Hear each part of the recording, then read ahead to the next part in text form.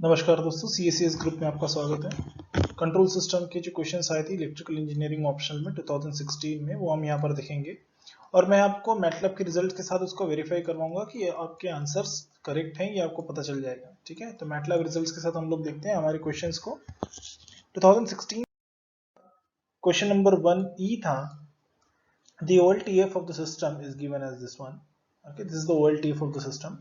For what value of k will the system will work as an oscillator in its closed loop form? ठीक है, तो इसके लिए हम लोग रूट लोकस मेथड का इस्तेमाल कर सकते हैं। तो रूट लोकस मेथड क्या बोलता है कि अगर आपका रूट्स एग्जैक्टली इमेजिनरी एक्सिस पे लाई करता है, okay, if the roots of the system lies exactly on the imaginary axis, अगर ऐसा हो रहा है तो क्लोज लूप सिस्टम एक ऑसिलेटरी सिस्टम रहेगा। तो क्लोज लूप सिस्टम एक कंप्लीट ऐसा ऑसिलेटरी सिस्टम रहेगा जब आपके ओपन लूप ट्रांसफर फंक्शन के रूट्स इमेजिनरी एक्सिस पे काम करेंगे या फिर इमेजिनरी एक्सिस पे आएंगे।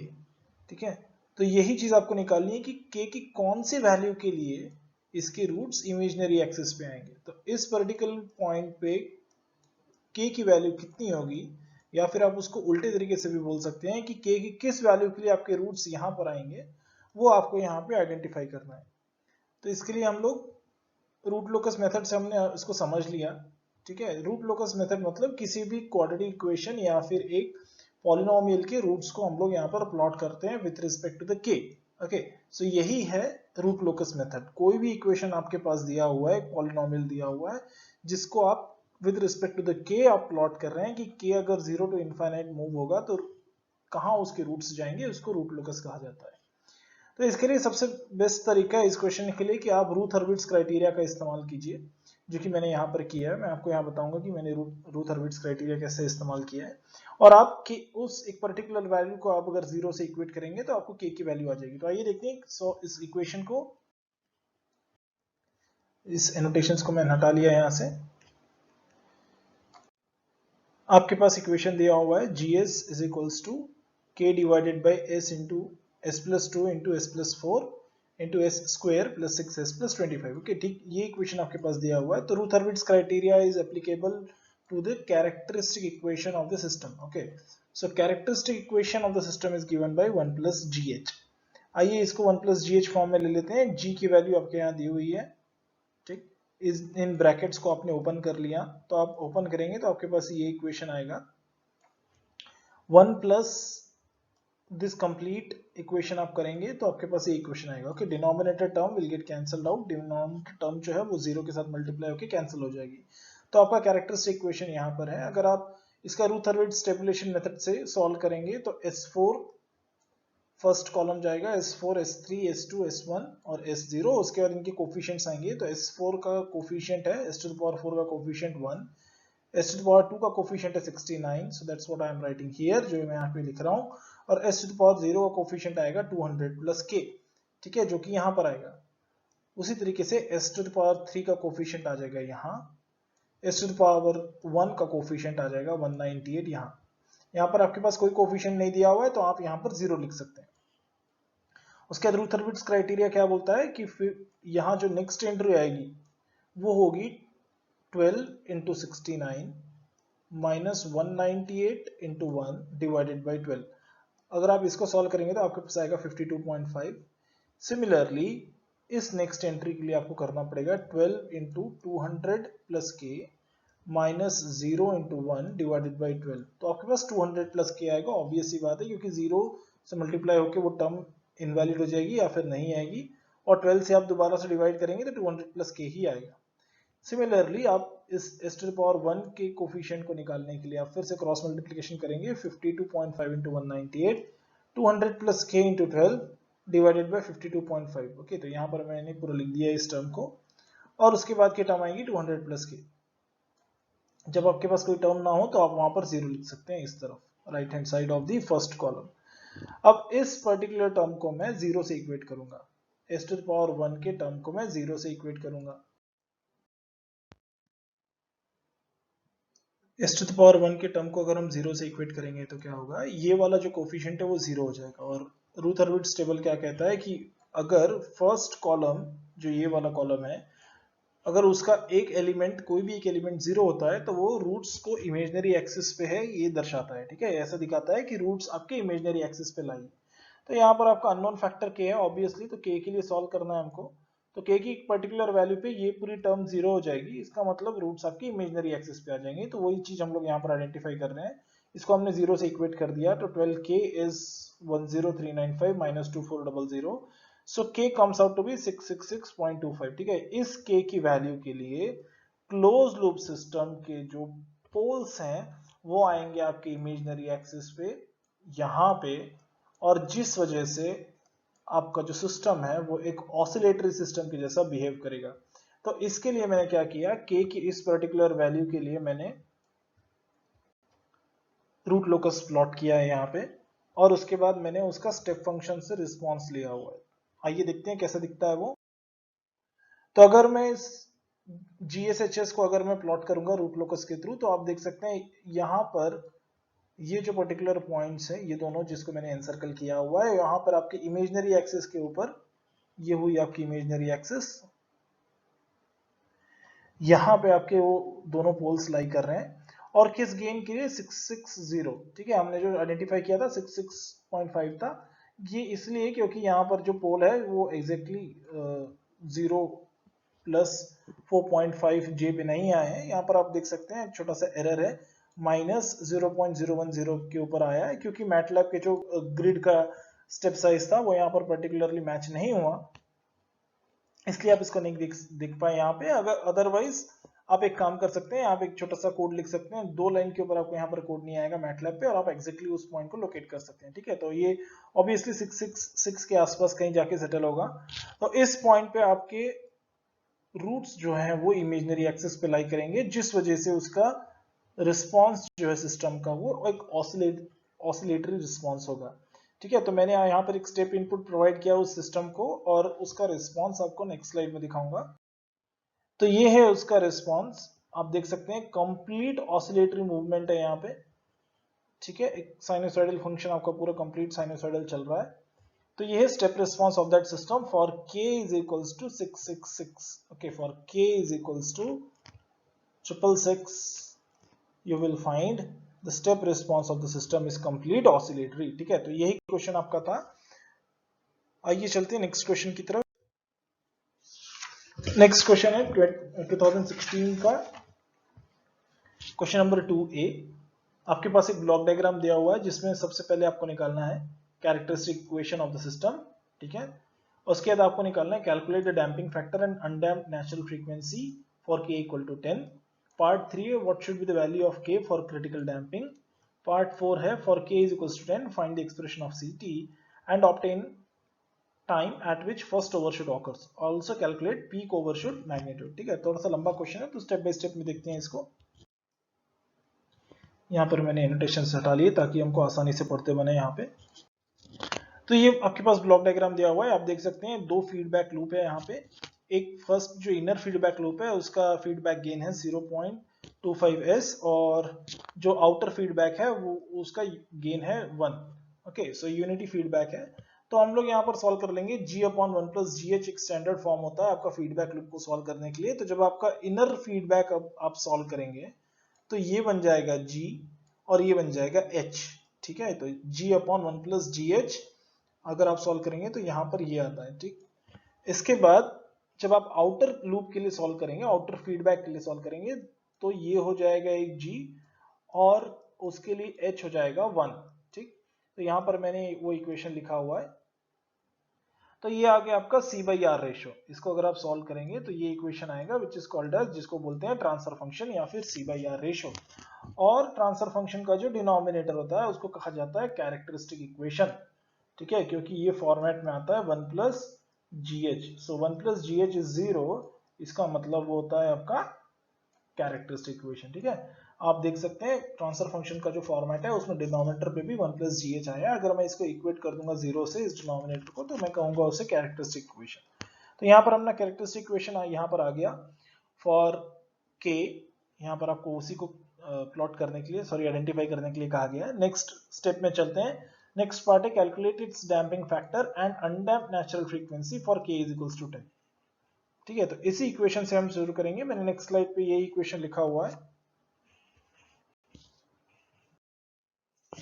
यहाँ पर आप देख सकते हैं वही इक्वेशन मैंने फिर से दोबारा से लिखा हुआ है यहाँ पे। और अब मैं k इज इक्वल टू 10 ये वैल्यू सब्स्टिट्यूट करूंगा। ठीक है, तो k इक्वल टू 10 अगर आप वैल्यू सब्स्टिट्यूट करेंगे तो आपके पास इक्वेशन आ जाएगा ऐसा, 10 divided by s square plus 4.5s plus 10। अब इसको हम लोग स्टैंडर्ड इक्वेशन से कंपेयर करेंगे। स्टैंडर्ड इक्वेशन होता है आपका s square plus 2 zeta omega n s plus omega n square. ठीक है, तो ये 10 चला गया ओमेगा एन स्क्वायर के साथ, 4.5 चला गया 2 जीटा ओमेगा एन के साथ, और ये 1 चला गया इसके साथ एस स्क्वायर के कोफिशिएंट के साथ। तो omega n square is 10, that means omega n is obviously under root of 10। 2 zeta omega n is 4.5। Omega n you already identified, आपके पास पहले से है, आपने यहाँ पर देख लिया कि ओमेगा एन की वैल्यू अंडर रूट 10 आती है। तो जीटा की वैल्यू भी आप आइडेंटिफाई कर सकते हैं इजीली। यहाँ पे ओमेगा एन की वैल्यू आप रख दीजिए अंडर रूट 10, ये नीचे चला जाएगा तो आपके पास जीटा की वैल्यू आ जाएगी 0.71। ये बिल्कुल वो थ्रेशोल्ड वैल्यू है जिसके बाद से आपका सिस्टम बिहेवियर चेंज हो जाएगा। ठीक है, ये 0.7 वैल्यू बहुत इंपॉर्टेंट होती है। अब क्वेश्चन की तरफ चलते हैं कि क्वेश्चन में क्या पूछा गया था। क्वेश्चन में पूछा गया था डैम्पिंग फैक्टर कितना है। तो डैम्पिंग फैक्टर अगर हम जीटा ओमेगा एन लेते हैं, कई बुक में डैम्पिंग फैक्टर को जीटा भी दिखाया जाता है, तो आपको कंफ्यूज नहीं होना है, आप जीटा भी लिख सकते हैं, जीटा ओमेगा एन भी लिख सकते हैं, क्योंकि दोनों की डेफिनेशन किसी किसी बुक में कंफ्यूजिंग से दिया होते हैं। एक जगह उनको डैम्पिंग फैक्टर कहा जाता है, एक जगह उनको डैम्पिंग रेशो कहा जाता है। ठीक है, तो जीटा को डैम्पिंग रेशो कहा गया एक बुक में, और डैम्पिंग फैक्टर कहा गया जीटा ओमेगा एन ओगाटा के ओगाटा की बुक में, आप उसको रिफर कर सकते हैं, इसलिए मैंने यहाँ पर लिखा है डैम्पिंग। इस के ओगाटा की बुक में आप उसको कहते हैं damping factor. So that is 2.25, जो कि है जीटा ओमेगा एन की इक्वल। और नेचुरल फ्रीक्वेंसी ऑफ ऑसिलेशन होता है omega n, which is under root of 10 radians per second. Next part है what should be the value of k for the critical damping. अच्छा, critical damping तब होती है जब आपकी जीटा की वैल्यू हो जाती है 1। ठीक है, when zeta is equals to 1 आप कहते हैं कि system is eight critical damping mode. ठीक है, तो क्रिटिकल डैम्पिंग आएगी जब zeta is equals to 1 हो जाएगा। तो उसके लिए देखते हैं, फिर से सॉल्व करेंगे, उस इक्वेशन को लेंगे जो हमने पिछले स्लाइड में निकाला था, C/R रेशो, जिसमें k टर्म आई थी। तो उस इक्वेशन को मैंने यहाँ पर लिख लिया, इसको मैंने स्टैंडर्ड इक्वेशन के साथ इक्वेट किया, तो हमारा ओमेगा एन की वैल्यू आ जाएगी under root of k। 2 zeta omega n is equals to 2 plus 0.25 into k. आपको मालूम है कि क्रिटिकल डैम्पिंग के लिए जीटा की वैल्यू 1 होती है, इसलिए आप यहाँ पर सब्स्टिट्यूट कर सकते हैं जीटा की वैल्यू 1। ठीक है, तो यहाँ पर रिप्लेस हो जाएगा जीटा 1 से, तो यहाँ पर आप देख सकते हैं 2 अंडर रूट के लिखा हुआ है मैंने, because omega n is equals to under root k, zeta is 1, 2 will copied as it is. Okay, so यहाँ पर आ जाएगा 2 अंडर रूट के, ये हो जाएगा 2 प्लस 0.25 के। ठीक है, यहाँ पर अगर आप देखेंगे ये क्वाड्रेटिक इक्वेशन के जैसा दिखेगा, अगर आप इसको स्क्वायर कर लेंगे दोनों तरफ से तो आपके पास ये आ जाएगा क्वाड्रेटिक इक्वेशन यहाँ पे।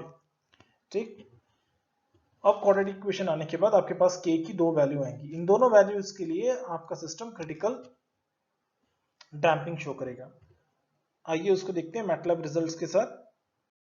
यहाँ पर मैंने इसका स्टेप रिस्पॉन्स प्लॉट किया हुआ है। ये है आपका k की वैल्यू 62.17 के लिए, आप देख सकते हैं ये एक रिस्पॉन्स आया है आपका, जिसमें आपको क्रिटिकल डैम्पिंग दिख रही है। और ये है 1.029 के लिए step response of the system. ठीक है, यहां पर भी आपको क्रिटिकल डैम्पिंग दिख सकती है। आइए नेक्स्ट एग्जांपल पे चलते हैं। पार्ट 4 था for k is equals to 10 find CT and find peak overshoot and peak overshoot time। ठीक है, k is equals to 10 अगर आप कंसीडर करेंगे तो आपको CT वैल्यू निकालनी है। CT निकालनी है मतलब क्या निकालना है, आपको इसका टाइम डोमेन सॉल्यूशन निकालना है बेसिकली। अभी तक जो आप C/R रेशो लिख रहे थे वो लाप्लास में था, आपको यहाँ पर टाइम डोमेन फंक्शन निकालने के लिए या फिर टाइम डोमेन रिस्पॉन्स निकालने के लिए कहा जा रहा है। Find the peak overshoot and the peak overshoot time. ठीक है, तो C/R रेशो यहाँ पर मैंने लिख लिया, k की वैल्यू को मैंने 10 सब्स्टिट्यूट कर लिया, तो मेरे पास आ जाएगा ये इक्वेशन।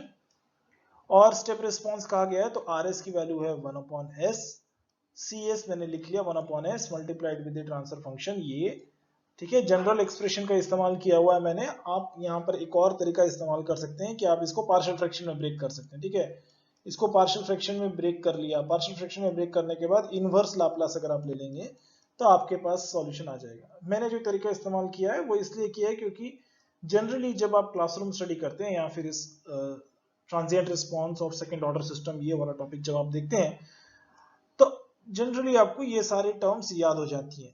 ठीक है, तो आपको बार बार पार्शियल फ्रैक्शन निकालने की जरूरत नहीं है। आपको अगर एक बार में याद हो गया तो आप डायरेक्टली उन सब चीजों को इस्तेमाल कर सकते हैं।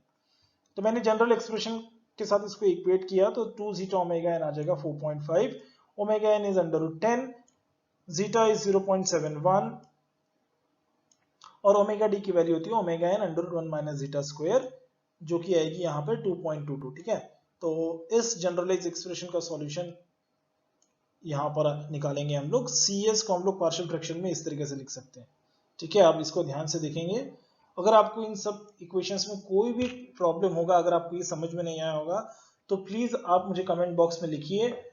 हम लोग कंट्रोल सिस्टम के ऊपर अलग से लेक्चर बनाएंगे जिसमें इन सारे टॉपिक्स को स्टेप बाय स्टेप हम लोग कवर करेंगे। ठीक है, अभी यहाँ पर इन सब पार्शियल फ्रैक्शन को कवर करना थोड़ा सा मुश्किल है। अगर आपको ये समझ में नहीं आता है तो आप कमेंट सेक्शन में लिखिए, बिल्कुल आपको मैं 24 आवर्स के बीच में रिप्लाई करूंगा। यहां पर से हम लोग इसका लाप्लास लेंगे तो 1 अपॉन एस का लाप्लास हो जाएगा 1 और यूनिट स्टेप, इसका इनवर्स लाप्लास हो जाएगा e power minus zeta omega n t cos omega d t. Similarly the other term का लाप्लास इनवर्स हो जाएगा e power minus zeta omega n t sine omega d t, और ये जो constant term आई है वो। ठीक है, तो इसको अगर आप मर्ज करेंगे, इन दोनों अगर एक्सपोनेंशियल को आप कॉमन ले लेंगे, ठीक है, ये कॉमन आ जाएगा यहाँ से, तो cos ओमेगा डी टी और sin ओमेगा डी टी, अगर इसको आप फर्दर सॉल्व करेंगे और फाई की वैल्यू को अगर आप tan inverse 1 minus under root 1 minus zeta square divided by zeta रखते हैं तो आपके पास CT की इक्वेशन आती है ऐसी। ठीक है, तो CT की इक्वेशन में अगर आप जीटा ओमेगा एन और ओमेगा डी फाई इन सब वैल्यूज को सब्स्टिट्यूट करेंगे तो आपके पास आ जाएगा CT का equation 1 minus e to the power minus 2.25 sin 2.22 t 44.7 degrees. ठीक है, तो ये आ जाएगा आपके पास टाइम डोमेन रिस्पॉन्स और CT equation for k is equals to 10। अगर आप इसको प्लॉट करेंगे तो आपके पास ये रिस्पॉन्स आएगा। ठीक है दोस्तों, यहां पर आप देख सकते हैं कि आप जनरली जब बुक्स में देखते हैं तो अब आपके पास जीटा लेस देन 1 के लिए ग्राफ आता है ऐसा, पर इस केस में ग्राफ ऐसा नहीं आएगा क्योंकि आप एक बिल्कुल थ्रेशोल्ड पॉइंट पे खड़े हैं जो कि 0.7 होता है, ना कि 1 होता है। ठीक है, जीटा की वैल्यू 0.7 इज दी थ्रेशोल्ड, पर हम लोग ईज ऑफ कैलकुलेशन की वजह से भी उसको 1 कंसिडर करते हैं। ठीक है, तो zeta is equals to 0.7 is threshold. अगर आप इसको थोड़ा सा इंक्रीज कर जाते हैं तो आपका रिस्पॉन्स जो है वो टुवर्ड्स क्रिटिकल डैम्पिंग मूव होते रहता है। ठीक है, तो इसलिए आपको यहाँ पर के जो साइकिल्स आप एक्सपेक्ट कर रहे हैं वो नहीं दिख रहे। अब आपको निकालना था मैक्सिमम ओवरशूट और पीक ओवरशूट। तो पीक ओवरशूट हर समय स्टेडी स्टेट वैल्यू के रेफरेंस में निकलती है, तो स्टेडी स्टेट वैल्यू होगी इस केस में 1। ठीक है, यहाँ पर आप देख सकते हैं, तो यहाँ पर कितना इस रिस्पॉन्स ने हाई वैल्यू अटेन की with respect to the steady state value, उसको कहा जाता है मैक्सिमम ओवरशूट और पीक ओवरशूट। उसके लिए फॉर्मूला आप डिराइव करते हैं जो कि आता है e power minus zeta pi divided by under root 1 minus zeta square into 100। ठीक है, अब यहाँ पर आप इक्वेशंस में वैल्यूज को सब्स्टिट्यूट कीजिए और आपके पास आएगा 4.1%। इसका मतलब क्या हुआ कि ये सिस्टम में जब स्टेप रिस्पॉन्स आप लेंगे तो स्टेडी स्टेट वैल्यू से 4.5 और 4.1% ये ज्यादा वैल्यू यहां पर दिखाएगा एक पॉइंट पे, तो 1 वैल्यू का 4.1% हो जाएगा 0.4, तो यहां पर ये आ जाएगी वैल्यू 1.4। ओके, सो 1.4 तक ये जाएगा और उसके बाद वो नीचे आना शुरू हो जाएगा। ठीक है, इसको कहते हैं हम लोग मैक्सिमम ओवरशूट और पीक ओवरशूट। और ये जो टाइम आपको लगा है यहाँ पे, ठीक है, जो यहाँ पर हॉरिजॉन्टल एक्सिस में हमारा जो टाइम चल रहा है, कितना टाइम लगा आपको ये पीक पे पहुंचने के लिए, उसको कहा जाता है पीक ओवरशूट टाइम। इसके लिए भी आप फॉर्मूला डिराइव करते हैं जो कि डायरेक्ट स्ट्रेट फॉरवर्ड फॉर्मूला यहाँ पर मैंने लिखा हुआ है और वो आएगी 1.41 सेकेंड्स। इसको मैंने मैटलैब में प्लॉट किया है फ्रेंड्स, इसको देख लेते हैं कैसा दिख रहा है ये प्लॉट। तो ये आपका स्टेप रिस्पॉन्स आप देख सकते हैं, जो पीक ओवरशूट हमने कैलकुलेट किया था वो था 4.1%, और आपका मैटलैब रिजल्ट भी एग्जैक्टली वही वैल्यू दिखा रहा है, पीक ओवरशूट और मैक्सिमम ओवरशूट आएगी 4.1% एंड जो पीक ओवरशूट टाइम है वो आएगी 1.41। ठीक है, यहाँ पर दिया है 1.41। ठीक है, मतलब यहां से लेके ये वाली जो टाइम है दैट इज 1.41। इस टाइम पे आपको यहाँ पर पीक ओवरशूट दिखेगी और उस पीक ओवरशूट की वैल्यू कितना होगा 1.41, ये एम्पलीट्यूड रहेगा उसका, और आपका स्टेडी स्टेट वैल्यू कितनी है 1। तो इस 1 के रिस्पेक्ट में हमने 1.04 का परसेंटेज निकाला है, तो ऑब्वियसली वो आएगा 4.1%। इसी को हम लोग पीक ओवरशूट कहते हैं। 2016 में अभी हम लोगों ने फर्स्ट पार्ट में सिर्फ 2 ही क्वेश्चन देखे हैं, क्योंकि लेक्चर काफी बड़ा हो जाता, बोरिंग हो जाता, तो इसलिए मैंने इसको कट किया हुआ है। नेक्स्ट पार्ट में हम लोग बचे हुए क्वेश्चंस देखेंगे। Thank you. प्लीज आप यहाँ पर कमेंट में मुझे लिखिए कि आपको इस कंट्रोल सिस्टम में कुछ और भी डाउट्स होंगे, मैं आपको रिप्लाई करूंगा 24 आवर्स के भीतर पर्सनल गारंटी के साथ। आप प्लीज मुझे कमेंट कीजिए, सब्सक्राइब कीजिए। Thank you.